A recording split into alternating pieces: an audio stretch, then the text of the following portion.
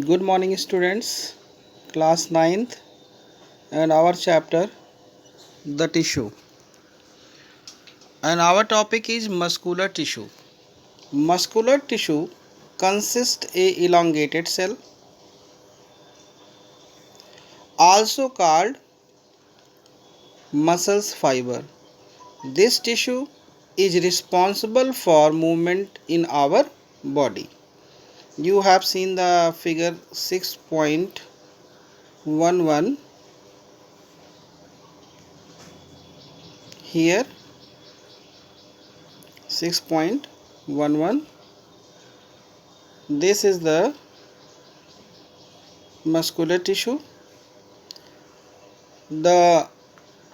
These muscles are also called skeletal muscles as they are mostly attached to the bone and helped in body movement.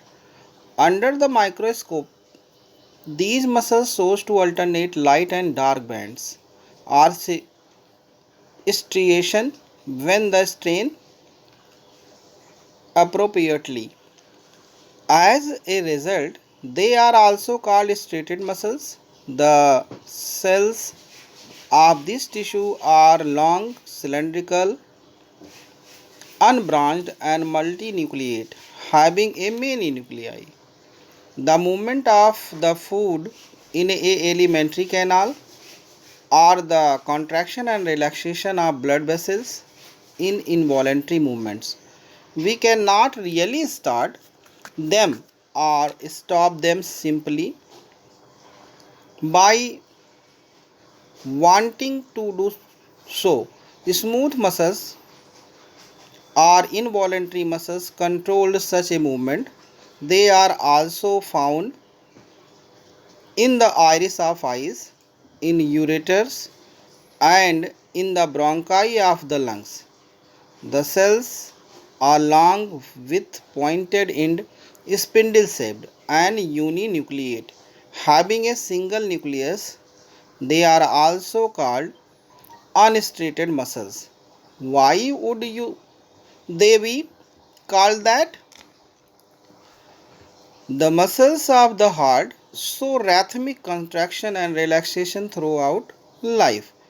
These involuntary muscles are called cardiac muscles, and cardiac muscles present only heart. Heart muscle cells are cylindrical, branched, and uninucleate. You have seen the diagram.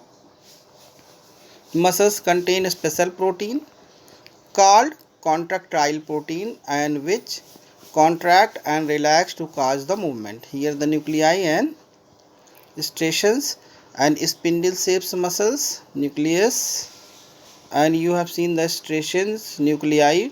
These are striated muscles, smooth muscles, and cardiac muscles.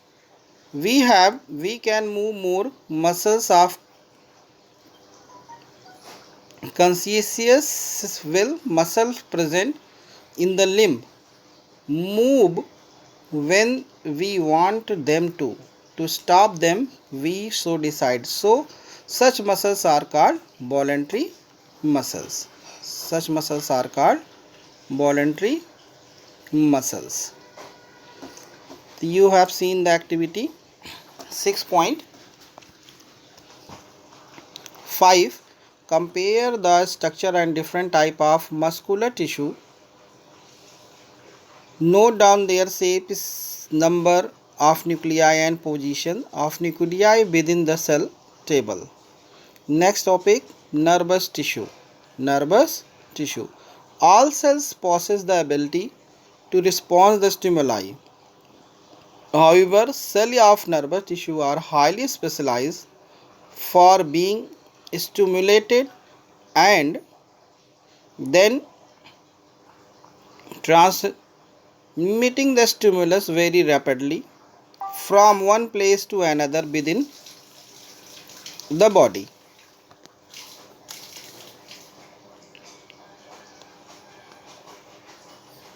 The brain, spinal cord, and nerves are all composed to the nervous tissue. The cell of this tissue is called the nerve cells or neurons. A neuron consists of a cell body with a nucleus and cytoplasm. From the long, thin hair-like part arises. Usually each neuron has a single long part, processes called axon. The many short branch part processes called dendrites. An individual nerve cells may be up to meter long. Many nerve fiber bound together to connective tissue make up a nerve. A single